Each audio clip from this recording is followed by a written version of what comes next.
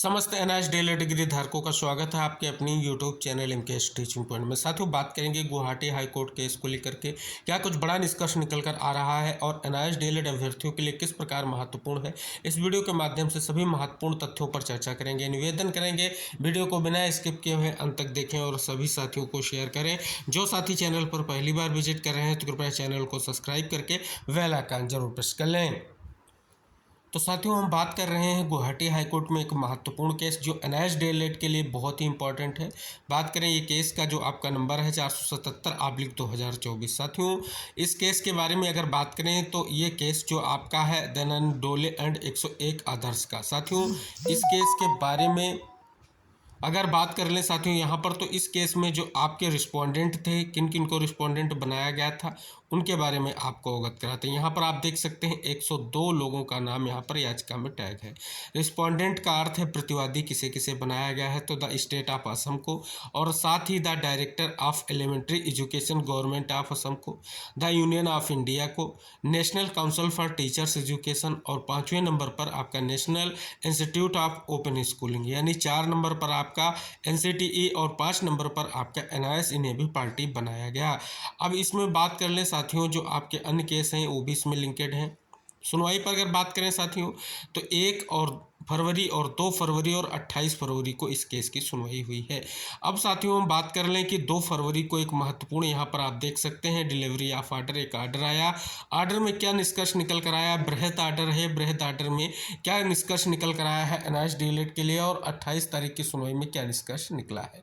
तो बिना किसी देरी के वीडियो को जरूर लाइक कर दें और शेयर भी जरूर करें।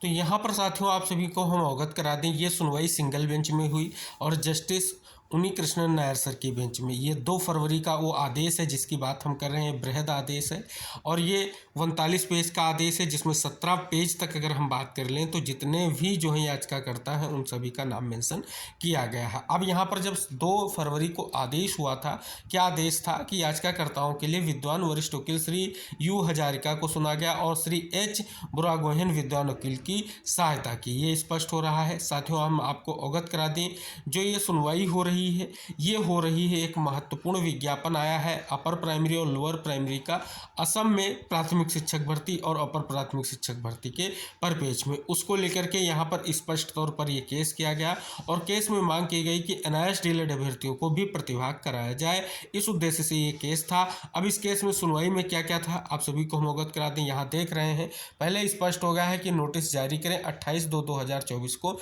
वापस किया जा सकेगा। अब साथियों, यहाँ पर आप देख रहे हैं कि आगे स्पष्ट किया गया है, श्री डी सेकैया विद्वान महाधिवक्ता असम, श्री एसएमटी द्वारा सहायता प्राप्त शिक्षा यानी प्राथमिक विभाग के विद्वान स्थायी वकील चिश्ती प्रतिवादी संख्या 1 और 2 की ओर से नोटिस स्वीकार किया। 1 में आप सभी को पता है कि स्पष्ट तौर पर जो है पार्टी किसे बनाया गया, स्टेट को और प्राइमरी एजुकेशन बोर्ड को बनाया गया। तो 1 और 2 में ये स्पष्ट हुआ।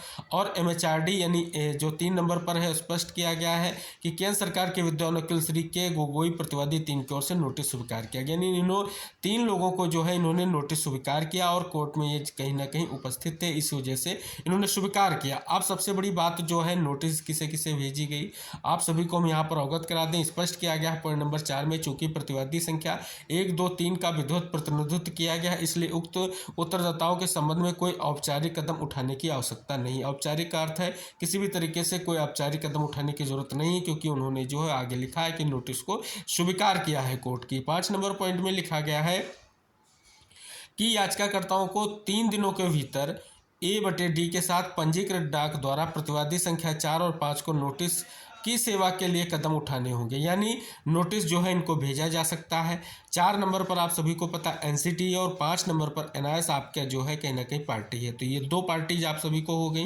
यानी 4 और 5 पार्टीज को जो है नोटिस भेजने के लिए स्पष्ट तौर पर डाक की बात यहाँ पर की गई है। अब यहाँ पर प्रार्थना क्या की गई उसकी बात हम यहाँ पर आपको अवगत कराते हैं। लिखा गया है कि याचिकाकर्ताओं ने मामले में अंतरिम निर्देश देने की प्रार्थना की है और तदनुसार उस पर विचार किया जा रहा है। याचिकाकर्ताओं ने वैकल्पिक प्रार्थना की है कि या तो प्रारंभिक शिक्षा निदेशक असम द्वारा दिनांक 26/12/2023 को जारी किए गए विज्ञापन को जारी रखा जाए, जिसमें राज्य में प्राथमिक विद्यालय में सहायक शिक्षक के रिक्त पदों के भरने के लिए आवेदन आमंत्रित किए जाएं या अनुमति देने का निर्देश दिया जाए। याचिकाकर्ताओं को उक्त विज्ञापन के अनुसरण में अपने संबंधित आवेदन जमा करने होंगे। तो ये स्पष्ट हो रहा है कि जो है 26/12/2023 को जो विज्ञापन आया था उसमें NIS DLED को प्रतिभाग कराया जाए, ये बात रखी गई है। क्या बात यहाँ पर रखी गई है?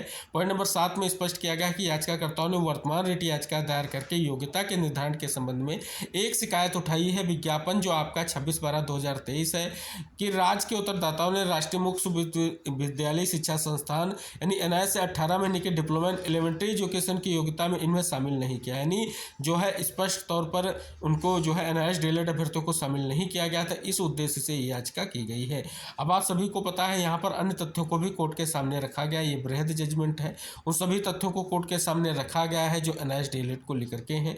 तो यहाँ पर स्पष्ट हो रहा है। अगला पॉइंट साथियों अगर हम यहाँ पर क्लेरिफाई करें, 8 नंबर पॉइंट में लिखा गया कि प्रार्थना के अनुसार अंतरिम निर्देश पर विचार करने के लिए आवश्यक तथ्य नीचे दिए गए हैं।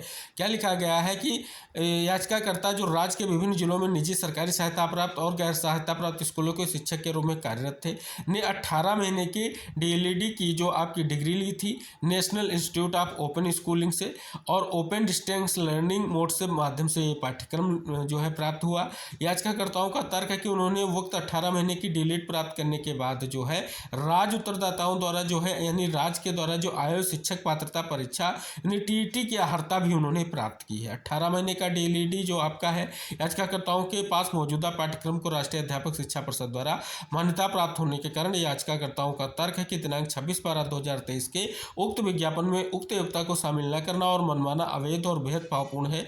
याचिकाकर्ताओं को उक्त विज्ञापन 26/12/2023 के माध्यम से विज्ञापित पदों के विरुद्ध शुरू की गई भर्ती के दायरे में बाहर रखा जा रहा है। तो आप देख रहे हैं उक्त विज्ञापन पर जो है कहीं ना कहीं स्पष्ट तौर पर ये बातें रखी गई हैं।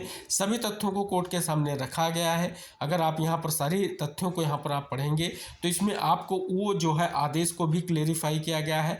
जो जयवीर सिंह व अन्य मामले में जो आपका 28/11 का जजमेंट है उसको भी यहाँ पर स्पष्ट तौर पर लिखा गया है और उस आदेश के सभी मेन पॉइंट्स यहाँ पर आपको इसमें देखने को मिल जाएंगे जो यहाँ से आप सभी को देख रहे हैं। और साथ ही बात कर लें तो स्पष्ट तौर पर प्राथमिक विद्यालयों में सहायक अध्यापकों की भर्ती असम प्रारंभिक शिक्षा नियम जो है 1977 की बात यहाँ पर की गई है। क्या नियम थे, किस प्रकार से भर्ती क्या था, इसको जो है कोर्ट के सामने रखा गया है और सभी तथ्यों को कोर्ट के सामने रखते हुए जो आपका आदेश है उसको भी कोर्ट के सामने स्पष्ट तौर पर कहीं ना कहीं रखा गया। तो साथियों अगर इस आदेश की बात कर लें तो यहाँ पर जो नोटिस की बात की जा रही है उस परिप्रेक्ष्य में क्या निष्कर्ष निकल कर आया, क्योंकि ये साथियों 2 फरवरी को सुनवाई हुई थी और इसके बाद स्पष्ट किया गया था कि इस मामले को 28/2/2024 को पुनः सूचीबद्ध करें। तो यानी 28 तारीख को जब सुनवाई हुई तो क्या निष्कर्ष निकल कर आया, तो आपकी 28 तारीख को जो सुनवाई हुई थी उसका ये आदेश आप सभी के सामने है। ये सुनवाई जो है आपके जस्टिस कार्डक एक्ट के सामने हुई सर, उनके बेंच में हुई। और बात कर लें यहाँ पर ये 28/2/2024 का जो आदेश है याचिकाकर्ताओं के विद्वान वकील श्री H बुरागोहेन को सुना। कार्यालय नोट दिनांक 19/2/2024 इंगित करता है कि याचिकाकर्ता ने 19/2/2024 को प्रतिवादी संख्या 5 पर कदम उठाया। यानी जो है 19/2/2024 को जो है स्पष्ट हो रहा है कि याचिकाकर्ताओं ने जो है प्रतिवादी संख्या 5 पर जो है कदम उठाया है, ये स्पष्ट हो रहा है। और प्रतिवादी 5 पर आप सभी को हम अवगत करा दें किसका नाम मेंशन है, ये हमने आपको अभी अवगत कराया है, फिर से एक बार अवगत कराएंगे। यानी प्रतिवादी 5 की अगर बात कर लें तो national institute of open schooling जो है यानी NIS का नाम यहाँ पर मेंशन है। NCT जो है 4 नंबर पर है। और यहाँ लिखा गया है कि सेवा रिपोर्ट की प्रतीक्षा करें, यानी जो आपकी सर्विस रिपोर्ट है उसकी प्रतीक्षा करें और मामले को 4 सप्ताह बाद सूचीबद्ध करें। तो 4 सप्ताह बाद सूचीबद्ध करें, ये भी स्पष्ट किया गया है। और साथ ही लिखा भी गया है कि श्री PK बोहरा विद्वान स्थायी परामर्शदाता प्राथमिक शिक्षा, श्री I अलोम विद्वान स्थायी परामर्शदाता NCT और श्री R देवी विद्वान उपनिदेशक MGI उत्तरदाताओं के लिए उपस्थित हुई है। तो यहाँ पर स्पष्ट हो रहा है कौन कौन सा जो है एडवोकेट पैनल केवल जो है स्पष्ट तौर पर कोर्ट में उपस्थित रहा है। पूर्व में पारित अंतरिम आदेश जारी रहेगा। तो ये आप देख रहे हैं कि एक बृहद जो है आदेश भी है और इस आदेश में निष्कर्ष निकले, इसके लिए आप देख रहे हैं कि नोटिस भी इशू किया गया। तो नोटिस यहाँ पर स्पष्ट हो रहा है कि बहुत ही महत्वपूर्ण है। तो अभी साथियों स्पष्ट कर दें, 4 सप्ताह का समय दिया गया था, लेकिन अभी सुनवाई को लेकर के केस अभी टैग नहीं हुआ है।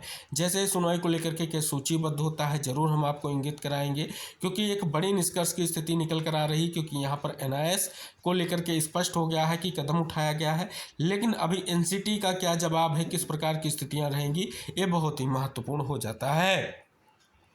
उसके बाद साथियों बात करें जो आप सभी लोगों के लिए बहुत ही महत्वपूर्ण निष्कर्ष निकला था, यही जो आपके याचिकाकर्ता हैं, जो आपको पता है दयानंद डोले एंड 101 आदर्श की जो एक याचिका थी, ये फिर जो है डबल बेंच में इन्होंने जो है केस फाइल किया। आप सभी को पता है इस केस की अगर हम सुनवाई पर अगर हम बात कर लें, वो सभी याचिकाकर्ताओं के नाम यहाँ पर मेंशन किए गए हैं और आगे आप स्पष्ट तौर पर देख सकते हैं यहाँ पर जो है ये सुनवाई जो हुई है डबल बेंच में हुई और जो आपका बृहद आदेश है वो सिंगल बेंच का है। आप सभी को पता है यहाँ पर आप देख रहे हैं कि ऑनरेबल चीफ जस्टिस आपके मिस्टर विजय विश्नोई और जस्टिस सुमन श्याम सर की बेंच में जो है ये सुनवाई हुई। अब यहाँ पर आप देख रहे हैं ये आदेश 9/2/2024 को जो है पास किया गया है और यहाँ पर इस आदेश में अगर आप पढ़ेंगे तो इसी आदेश के माध्यम से आप देख रहे हैं कि स्पष्ट तौर पर कहीं ना कहीं जो है एनआईएस डीएलएड अभ्यर्थियों को जो है मौका मिला है, स्पष्ट तौर पर अपना जो है कहीं ना कहीं उन्होंने जो है आवेदन करने को लेकर के स्थिति स्पष्ट की गई है। तो चलिए इस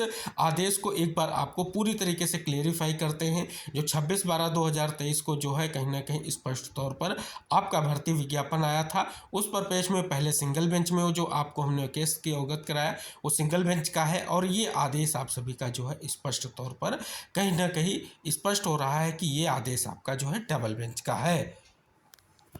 इसमें स्पष्ट तौर पर अगर आप देखेंगे क्या इंगित किया गया है कि काफ़ी समय तक पक्षों के वकीलों को सुनने के बाद हमने राज्य को यह निर्देश देना उचित समझा कि अपीलकर्ताओं को विज्ञापन दिनांक 26/12/2023 द्वारा शुरू की गई भर्ती प्रक्रिया में आवेदन करने की अंतिम अनुमति दी जाए, बशर्ते ऐसा आवेदन अंतिम तिथि से पहले ऑफलाइन दायर किया गया हो, यानी 12 फरवरी 2024। हालांकि अपीलकर्ताओं का अंतिम परिणाम न्यायालय की अनुमति के बिना घोषित नहीं किया जाएगा। यह स्पष्ट किया जाता है कि यह अंतरिम आदेश केवल अपीलकर्ताओं के संबंध में है और इससे कोई मिसाल कायम नहीं होगी। इस मामले को 8 सप्ताह बाद प्रवेश के लिए सूचीबद्ध करें। हम यह स्पष्ट करते हैं कि अपील का लंबित रहना विद्वान एकल न्यायाधीश के योग्यता के आधार पर रिट याचिका की सुनवाई करने और अंतिम आदेश पारित करने में बाधा नहीं बनेगा। यानी बात कर लें साथियों, जो सिंगल बेंच में आपका केस चल रहा है उसमें जो है स्पष्ट तौर पर 28 फरवरी को जो सुनवाई हुई है उसके बारे में हमने आपको अवगत कराया कि 28 फरवरी को जो सुनवाई हुई है उसके बाद निष्कर्ष ये निकल कर आ रहा है कि एनआईएस को जो है कहीं ना कहीं स्पष्ट हो रहा है कि नोटिस भेजा गया है और सारी चीज़ें स्पष्ट हो रही हैं कि सिंगल बेंच और डबल बेंच में भी केस साथ साथ चल रहा है, लेकिन सिंगल बेंच से जो है यहाँ पर जो अभ्यर्थियों को छूट नहीं दी गई थी, फिलहाल अनुमति नहीं दी गई थी, लेकिन डबल बेंच ने यहाँ पर अनुमति प्रदान की थी। और साथियों ये भी स्पष्ट कर दिया था कि योग्यता के आधार पर जो रिट याचिका की सुनवाई चल रही है उसमें जो अंतिम आदेश होगा वो कहीं ना कहीं अंतिम आदेश पारित करने में बाधा नहीं बनेगा। यानी जो ये आदेश दिया गया है, अभ्यर्थियों को छूट प्रदान की गई है, वो इस बिहाफ पर प्रदान की गई है कि जो उनका परिणाम होगा, रिजल्ट होगा, वो केवल और केवल जो है कोर्ट के कहीं ना कहीं अनुमति के बिना घोषित नहीं किया जाएगा। तो सिंगल बेंच की जो आपकी सुनवाई है महत्वपूर्ण है। 4 सप्ताह का समय दिया गया था, 4 सप्ताह लगभग कंप्लीट होने वाले हैं। आगे क्या होगा सुनवाई को लेकर के जैसे ही कोई महत्वपूर्ण निष्कर्ष निकल कर आता है जरूर हम आपको वीडियो के माध्यम से साझा करेंगे, जो भी डेट्स निकल कर आएगी। तो यहाँ पर बड़ी अपडेट है साथियों, स्पष्ट हो रहा है कहीं ना कहीं जो पार्टी बनाई गई हैं स्पष्ट तौर पर उनसे निष्कर्ष निकलने को लेकर के प्रयास किया जा रहा है। आगे क्या निष्कर्ष निकल कर आएगा, क्योंकि साथियों ये फाइनल अभी स्पष्ट नहीं है कि स्थितियाँ बिल्कुल ही महत्वपूर्ण है। केवल और केवल जो सुनवाई के बाद केस ले जाया गया है उसमें स्पष्ट हो रहा है कि अब आगे जो आने वाली सुनवाई है वो बहुत ही निर्णायक होंगी और एनआईएस डीएलएड के लिए क्या स्थितियां रहेंगी, तो ये बहुत ही महत्वपूर्ण है। तो गुवाहाटी हाईकोर्ट में एनआईएस डीएलएड को लेकर के जो केस हैं उनके बारे में इस वीडियो के माध्यम से हमने पूरा विस्तार पूर्वक चर्चा करने का प्रयास किया है। निष्कर्ष यही निकल कर सामने आ रहा है कि एनआईएस डीएलएड को फिलहाल यहाँ पर कहीं ना कहीं मौका दिया गया है, लेकिन साथियों आगे क्या निष्कर्ष निकलेगा ये कोर्ट के फैसले पर निर्भर करेगा। तो मिलते हैं साथियों नेक्स्ट अपडेट के साथ, तब तक इस वीडियो को शेयर करके चैनल को जरूर सब्सक्राइब करें। मिलते हैं नेक्स्ट अपडेट के साथ, तब तक के लिए टेक केयर, बाय बाय साथियों।